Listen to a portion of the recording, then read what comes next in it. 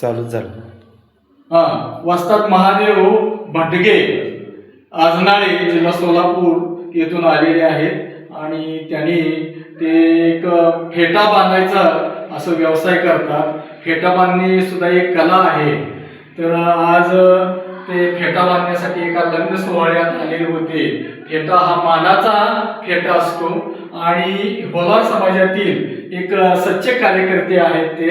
आणि त्यांनी मी होलार समाजातील प्रथम साहित्यिक आणि काष्टशिल्पकार राहत्या घरामध्येच हे संग्रहालय उभारलेलं आहे.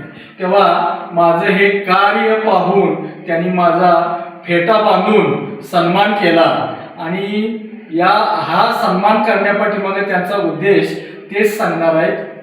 आज करसुली या नगरीमध्ये आपल्या होलार समाजाचं नाव त्यांनी साता समुद्रात बाहेर नेलं. ते म्हणजे आपल्या करसुली नगरीमध्ये राहणारे रमेश जावेद सर यांचं एक काष्टशिल्प आहे. मरावे बरे कीर्तिरूपी ओरावे असे ते आज त्यांच्यानंतरही आज आपल्या ह्या करसुली नगरीमध्ये इथं आलं की काष्टशिल्प कुणी तयार केलं तरी रमेश जावेद सरांचं नाव निघणार आहे. परंतु ज्या ज्या भागामध्ये शाळा शिक्षणाला बदली होईल त्या ठिकाणी जाऊन ते अगदी न कुचमता आणि न हे करता महाग करता ते अपंग असून सुद्धा तो त्या शाळेवर जाऊन ते शाळेतील मुलांना शिकवून आणि त्यांच्या मिळेल त्या वेळेमध्ये ते काष्टशिल्प तयार करत असतात. जे बेगोन असेल, ज्या ज्या भागात जाईल त्या भागातून मरवडे असेल, ज्या ज्या भागात जाईल त्या त्या भागामध्ये त्यांनी अगदी काष्टशिल्प त्यांनी हुडकून इच्छू अगदी त्या गोष्टी तयार करत असताना अगदी आपली बुद्धी आहे ते बुद्धी एकदम झोकून दिली पाहिजे त्या कार्यक्रमामध्ये करत असताना. तसे आज त्यांच्याकडे बघितलं की असं वाटत नाही हे काष्ट तयार केलं असेल, परंतु ह्यांनीच केलेलं आहे. आपल्या होलार समाजाचं त्यांनी एक पुस्तक तयार केलेलं आहे. त्यांचं पुस्तक सुद्धा ते भरपूर गाजलेलं आहे.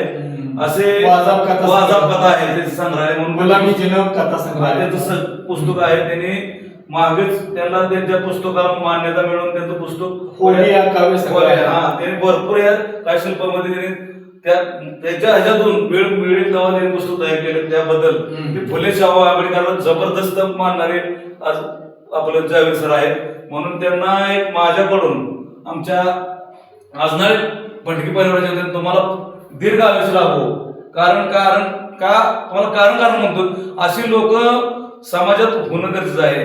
समाजातील आपल्या समाजाचं नाव तुम्ही अनेक ठिकाणी तुम्ही जायच्या ठिकाणी मी होलार आहे, जात लपवली नाही, मी जावेद आहे, मी होलार आहे असं सांगून तुम्ही ज्या त्या भागात जाईल त्या त्या भागात अगदी ताकदीन काम करून तुम्ही जे आज ही नावावर लोकांना बंगलं बांधत राहण्यासाठी तुम्ही आज एक काष्टशिल्प बघडले राहण्यासाठी तुम्ही काष्टशिल्प तयार केलेलं आहे आणि एक संग्रह तयार केले.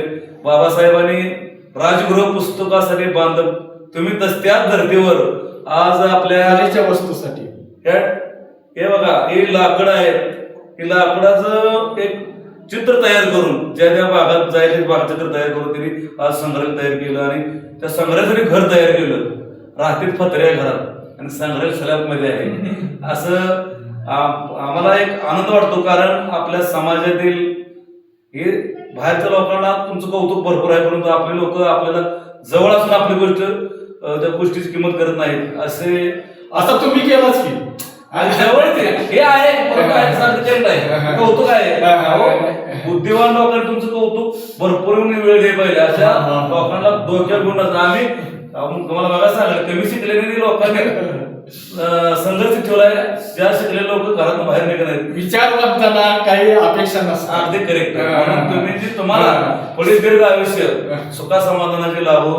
तुमच्या हातातून आपल्या समाजाची तर सेवा करता आहेत, परंतु येणाऱ्या जाणाऱ्या जो रांजले गांजले म्हणून आपले त्याचे देव ओळखावा. तसे तुमच्याकडे नीतिमत्ता चांगली आहे. लोकांना तुम्ही जवळ करताय आपल्या आणि अनेक लोक जात धर्म आपण म्हणतो करून सर्व लोकांना तुम्ही सर्व मानव धर्माला तुम्ही जवळ करून तुमची जी आतापर्यंत कार्यशाळामध्ये केले शिक्षण दिले शिक्षण ज्ञान तुम्ही ज्या त्या शाळेमध्ये जाऊन त्या त्या शाळेतील मुलं तुमचं नाव अजून पण घेत असतील. तुमचे विद्यार्थी आम्हालाही शिक्षक होते त्याच्या शाळेत, परंतु तुम्हाला 30 वर्ष रयत मध्ये काम केले ते तुम्ही सेवा करून तुम्ही त्या आता राहिल्या सेवेमध्ये तुम्ही अजून समाजासाठी वेळ देतात. अजून काय तुम्ही केलं पाहिजे समाजासाठी भरपूर तुम्ही केलंय. तुम्हाला धन्यवाद धन्यवाद. माऊली भांडगे आणि मी महादेव भांडगे आमच्याकडून आणि आजनाळे भांडगे परवा जेवताना तुम्हाला पुढील आयुष्य सुखा समाधानाचे तुमच्या हेतू येणारी गर्दी वाढो अशी मी पांडुरंगाचरणी हो, आपल्या बौद्ध चरणी हो, विठ्ठलाचरणी नाथ चरणी प्रार्थना करतो आणि तुम्ही थांबतो.